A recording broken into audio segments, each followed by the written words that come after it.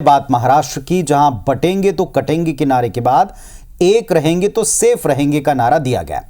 महाराष्ट्र में वादों और दावों के बीच शुक्रवार को प्रधानमंत्री मोदी ने बीजेपी के लिए ताबड़तोड़ 2 बड़ी चुनावी सभाएं की। इस दौरान प्रधानमंत्री ट्रिपल एम के जरिए निशाना साधते नजर आए। बिल्कुल, और इस दौरान महाविकास आघाड़ी पर प्रधानमंत्री नरेंद्र मोदी ने तीखा प्रहार किया, जोरदार हमला किया। तो अब आप भी जानना चाहते होंगे कि आखिर प्रधानमंत्री नरेंद्र मोदी का ये ट्रिपल एम वाला अटैक है क्या और इससे महाराष्ट्र के समीकरण पर कितना असर पड़ेगा, इस रिपोर्ट से समझते हैं।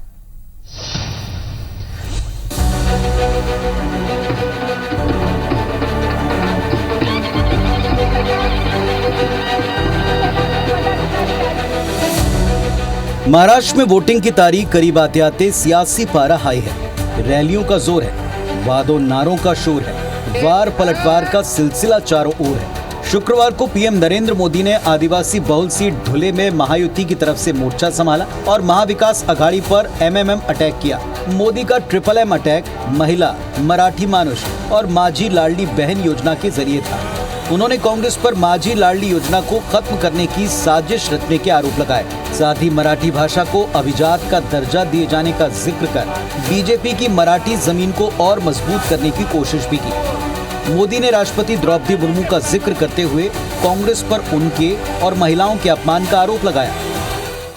कांग्रेस और आघाड़ी वाले लोग अब महिलाओं को किस तरह गाली देने पर उतर आए हैं। महिलाओं को नीचा दिखाने की कोशिश महाराष्ट्र की कोई माता बहन आघाड़ी वालों के इस कृत्य को माफ नहीं कर सकती।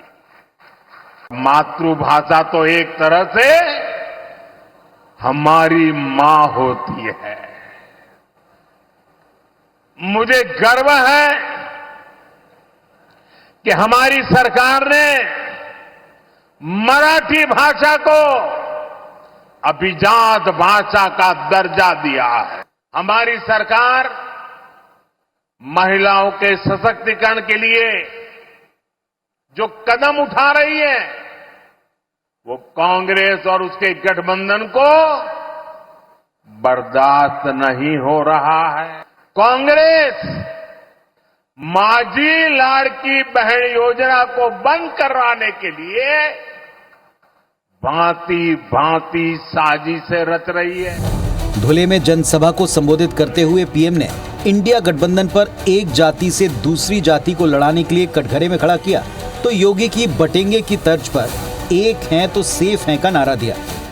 आप मुझे बताइए, आदिवासी जब एकजुट रहेगा तो उसकी ताकत बढ़ेगी कि नहीं बढ़ेगी? अलग अलग जातियों में टूटने से आप सोचिए कमजोर हो जाएंगे कि नहीं हो जाएंगे। इसलिए मैं कहता हूं, एक है तो सेफ है।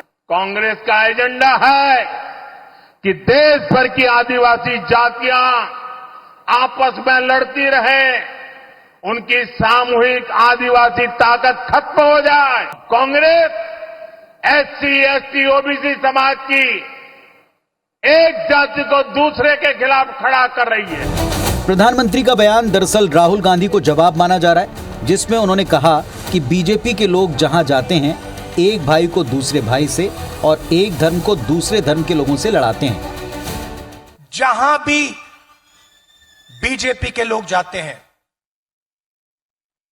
वो भाई को भाई से लड़ाते हैं, एक धर्म को दूसरे धर्म से, एक जात को दूसरी जात से, एक भाषा को दूसरी भाषा से लड़ाते हैं, गुस्सा नफरत फैलाते हैं। महाराष्ट्र की महाभारत में शय और मात का खेल जारी है। आगामी 20 नवंबर को 288 सीटों पर वोटिंग है। महायुति और महाविकास आघाड़ी खेमा अपने अपने सियासी दांव चल चुका है। अब किसका दांव सटीक बैठता है ये तो 23 नवंबर को नतीजों से ही स्पष्ट होगा। Bureau report, IBC 24।